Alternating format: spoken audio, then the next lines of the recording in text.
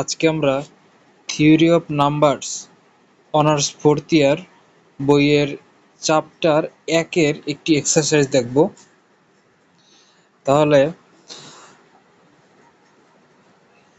দেখাও যে n এর যে কোনো অখণ্ড ধনাত্মক মানের জন্য এখানে দুইটা অঙ্ক আছে। তো আমরা প্রথমে 1 তারপরে 2 এভাবে দেখব। তাহলে n এর যে কোনো অখণ্ড ধনাত্মক মানের জন্য 2n-3n-1 সংখ্যাটি 9 দ্বারা বিভাজ্য এবং 3 নম্বর এবং এইটা তুহিন প্রকাশনীর একটি অঙ্ক। এটা আপনারা তুহিন প্রকাশনীর যদি নতুন বই হয়, যদি 2020-এর বই হয়, তাহলে আপনারা এটা সমস্যা 6 নাম্বার, তুহিন প্রকাশনীর সমস্যা 6 নাম্বার এটা পাবেন। তাহলে আমরা দেখি 1 নাম্বারটা দেখি আগে। এখানে দেখেন 2n-3n-1 সংখ্যাটি 9 দ্বারা বিভাজ্য।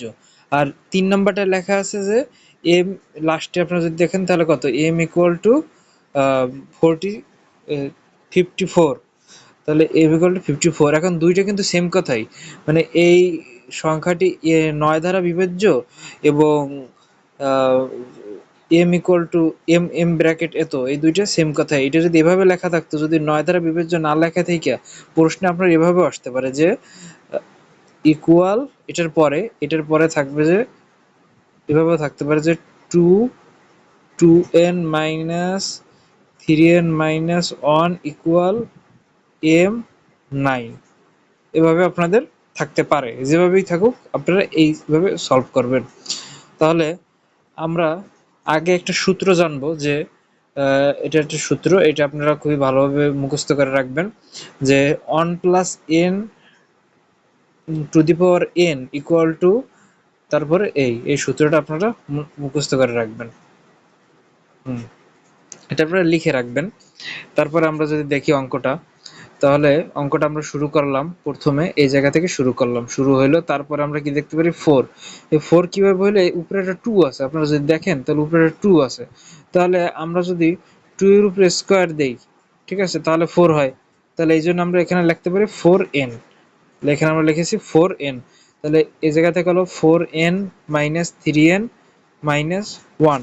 তা এখন এই জায়গায় যে 4 আছে, ঠিক আছে, 4n আছে, এই 4 কে কিন্তু আমরা লিখতে পারি 1 প্লাস 3। 1 প্লাস 3 ও কিন্তু 4, এই জন্য 4 কে আমরা 1 প্লাস 3 ও লিখতে পারি। এই জন্য তাহলে আমরা এখানে 4 কে লিখলাম 1 প্লাস 3। এইটা আমরা কেন করলাম, এইটা আমরা করলাম সূত্র নেওয়ার জন্য। 1 plus 3 two the power square, এইটা থাকলে আমরা সহজে এই সূত্র নিতে পারি। এখন এই যে 1 plus 3 two the power n, এটার আকার কিন্তু 1 plus n two the power n, এই আকার কিন্তু হয়ে গেছে। আপনারা যদি দেখেন তাহলে কিন্তু এইটার কিন্তু এই আকারে হয়ে গেছে। এখন আমরা এইটা ধইরা এখানে সূত্রটা বসাই দেব। আমরা যদি সূত্রটা বসাই তাহলে হয়, তাহলে এই সূত্রটা এখানে, হ্যাঁ, এই সূত্রটা এখানে বসে যাবে। তাহলে x ইকুয়াল টু কত আছে, এখানে আছে n, ঠিক আছে। আচ্ছা, এই জায়গায় আপনারা 1 প্লাস x লিখবেন, এই জায়গায় একটু ভুল আছে, এটা 1 প্লাস n না, এই জায়গায় লিখুন 1 প্লাস x। হ্যাঁ, এই জায়গায় হবে 1 প্লাস x n, তারপরে এই সূত্রটা লিখবেন, ঠিক আছে। এখানে 1 প্লাস n হয়ে গেছে, এটা আপনারা x লিখবেন, 1 plus x two the power n এই জায়গায়, ঠিক আছে। তারপরে এখানে আপনারা সূত্রটা বসাই দেবেন সিম্পলি। বসাই দেওয়ার পরে এখানে আপনারা দেখেন যে এর পরের লাইনে সূত্রটা বসানোর পরে এখানে -3 আছে, এটা আপনারা যদি একসাথে লেখেন তাহলে এখানে -3, আর এই জায়গায় NC1 এটা কিন্তু NC1 মানে কিন্তু এখানে অন হয়ে যায়, ঠিক আছে, কোনো মান, এই জন্য এই জায়গায় n হয়ে যায়, NC1 এখানে শুধু n হয়ে যায়, n এটার মানে 1/n। তাই n/1 হলে শুধু n থাকে, তাহলে এই জায়গায় হয়ে যায় 3n, এই জায়গাটা হয়ে যায় কত, 3n। আর এগুলা আরো করা যায়, কিন্তু করার এটা দরকার নাই, এটা করা ছাড়া এটা আপনাদের মিলে যাবে, এজন্য করার দরকার নাই। তাহলে এই জায়গায় কি হইলো, যে আপনারা প্রথমে এই সূত্রটা লিখে দিলেন, এই সূত্রটা লিখলেন, শুধু এটুকু লিখলেন, ঠিক আছে, এটুকু এই সূত্রটা, আর তারপরে 3n-1 এই পরে লিখে দিলেন। লেখার পরে তারপরে এখানে আপনারা যদি ব্র্যাকেট যদি দোনো পাশ দিকে উঠিয়ে দেন তাহলে হয় কি, তাহলে এই জায়গায় অন ইন এক থাকে, এই এক আর এই এক, এই এক এক কাটাকাটি, আর এই জায়গায় থ্রি এন থাকে, এই থ্রি এন আর এখানে থ্রি এন, এই থ্রি এন কাটাকাটি, তাহলে থাকে আপনাদের এইটা। ঠিক আছে, এইটা থাকলে আমরা কি করতে পারি দেখেন, এখানে খুব মনোযোগ দিয়ে দেখবেন, এই জায়গা থেকে আমরা থ্রি স্কোয়ার কিন্তু কমন নিতে পারি, পারি না? তো এই যে আমাদের থ্রি স্কোয়ার আছে, এটার মধ্যে থ্রি স্কোয়ার আছে, এটার মধ্যেও থ্রি স্কোয়ার আছে, এটা কিন্তু এন, এই লাস্টে এইটা লেখা হয়েছে N C N dot three N. ঠিক আছে, N C N dot three N, এই লাস্টের এই লেখাটা আপনারা যদি বুঝতে না পারেন আমি আর একবার বলি, এখানে লেখাটা হয়েছে n C two dot three square plus n C three dot three cube, তারপর plus dash dash dash dash plus, তারপর হলো n C N dot three n, এখানে হচ্ছে n C N dot three N. ঠিক আছে, এখন আপনারা এই জায়গা থেকে কমন নেন, থ্রি স্কোয়ার কমন নেন, তাহলে থ্রি স্কোয়ার যদি কমন নেই, এই জায়গা থেকে থ্রি স্কোয়ার কমন নেই, তাহলে কি থাকে, শুধু এনসি টু। এই জায়গা থেকে যদি থ্রি স্কোয়ার কমন নেই, ঠিক আছে, তাহলে থাকে কি, শুধু থ্রি থাকে। ঠিক আছে, একটা থ্রি থাকে, দুইটা থ্রি আমরা জায়গায় কমন নিয়েছি, এজন্য একটা থ্রি থাকে।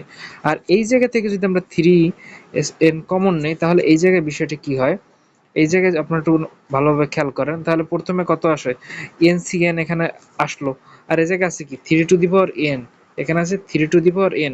এখন আমরা three to the power N থেকে যদি দুইটা থ্রি কমন নেই, তাহলে হয় কি, দুইটা থ্রি মাইনাস হয়ে যায়, তাহলে দুইটা থ্রি মাইনাস, তাহলে লোক এ three to the power N হয়ে যায় three to the power minus two.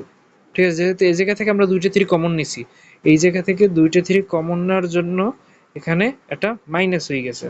আবারও বলি, এখানে আছে কি থ্রি এন আছে, থ্রি এন সংখ্যক আছে, এন সংখ্যক যে কোনো সংখ্যা হতে পারে। এখন থ্রি এন যে সংখ্যক আছে, ঠিক আছে, এই জায়গা থেকে আমরা যদি দুইটা, যদি এইটা থেকে পুরো এইটা থেকে যদি দুইটা আমরা কমন নেই, তাহলে থ্রি এন সংখ্যক যে যা আছে তার থেকে দুইটা কম হবে, তাহলে three to the power N এর থেকে দুইটা কম হইলো কি, three to the power N minus two, এই, তাহলে এই জন্য এখানে হয়েছে three to the power N minus two. তারপরে আমরা এই জায়গায় কি বসিয়ে দেবো, এখানে আমরা যদি এইটা যদি করি তাহলে তিন তিনে কত, নয়, তাহলে এই জায়গায় আমার রেজাল্ট হয়ে গেলো এম নাইন। আচ্ছা, আশা করি আপনারা বুঝতে পারছেন। এর পরের পরের ক্লাসে আমরা ৩ নাম্বার অঙ্কটা দেখাই দেবো, এবং প্রথম ক্লাসটা আপনারা ভালো করে দেখবেন, বোঝার চেষ্টা করবেন, কোথাও যদি বুঝতে না পারেন বা আমার বোঝাতে যদি কোথাও ঘাটতি থাকে, তাহলে সেটা আপনারা কমেন্ট সেকশনে জানাবেন। আসসালামু আলাইকুম।